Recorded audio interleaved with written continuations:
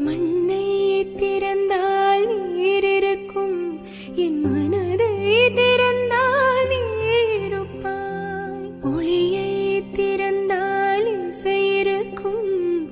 Hi friends, welcome to our channel. நம்ம channel இன்றைக்கி என்ன வீடியோ பார்க்க போகிறோம் பார்த்தீங்கன்னா, வெள்ளை அதிரசம் வீடியோ தான் பார்க்க போகிறீங்க. என்னோட இது தீபாவளி முடிச்சு ரொம்ப நாள் ஆயிடுச்சு, இப்போ தான் வெள்ளை அதிரசம் வீடியோ போடுறேன்னு சொல்லி நினச்சிக்காதீங்க. தீபாவளிக்கு நான் வந்து சக்கரை அதிரசம் செஞ்சுருந்தோம். இப்போ வந்து பார்த்திங்கன்னா வெள்ளை அதிரசம் செய்கிறேன்.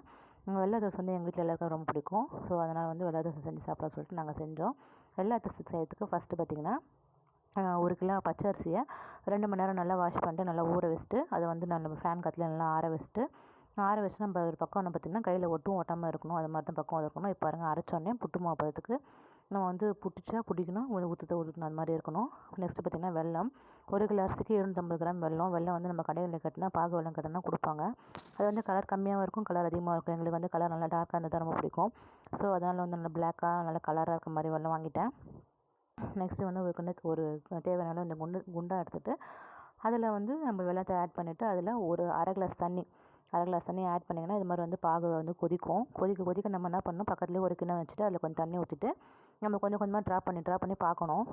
டக்குன்னு வந்து பாகு வந்துடும். ஸோ அதனால் நம்ம பக்கத்துலேயே வந்து பார்த்துட்டே இருக்கணுங்க. கொஞ்சம் கொஞ்சமாக விட்டு பார்த்தோன்னா அது வந்து தண்ணியில் கலந்துச்சுன்னா, வெல்லம் வந்து தண்ணியில் கலந்துச்சுன்னா பாகு இன்னும் வரலன்னு அர்த்தம், பாகு கூடலன்னு அர்த்தம். நம்ம வந்து இது மாதிரி உருட்டி எடுக்கணும். வந்து பாருங்கள், கையில் பாருங்கள், வந்துச்சு பாருங்கள். இது வந்து கரெக்டான ஸ்டேஜ். நான் வந்து மருதாணி வச்சுருக்கிறதுனால கரெக்டாக தெரியல, ஆனால் வந்து கரெக்டாக வந்து பாகு வந்து கூடிடுச்சு.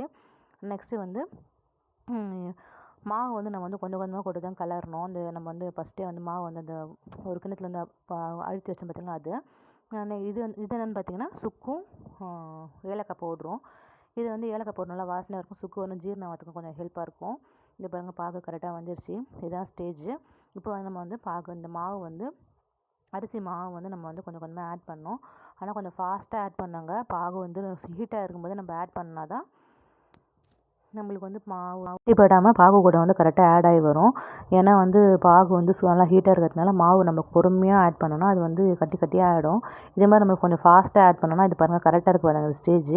இது மாதிரி தான் இருக்கும் ஃபஸ்ட்டு. நெக்ஸ்ட்டு வந்து நம்ம வந்து அது பெரிய குண்டாக இருக்கிறதுனால குட்டி குண்டானில் வந்து இது மாதிரி வந்து நம்ம ஆட் பண்ணி வச்சுட்டு நான் வந்து இன்றைக்கி பாகு எடுத்து நாளைக்கு தான் செய்வேன். அது மாதிரி தான் செய்வேன் நான். ஒரு நாள் ஃபுல்லாக டைம் கொடுக்கணும். அப்போ தான் வந்து இந்த பாருங்கள் கொஞ்சம் ஃபஸ்ட்டு தண்ணியாக இருந்துச்சுன்னா இப்போ வந்து கொஞ்சம் கரெக்ட் ஸ்டேஜுக்கு வந்துச்சு.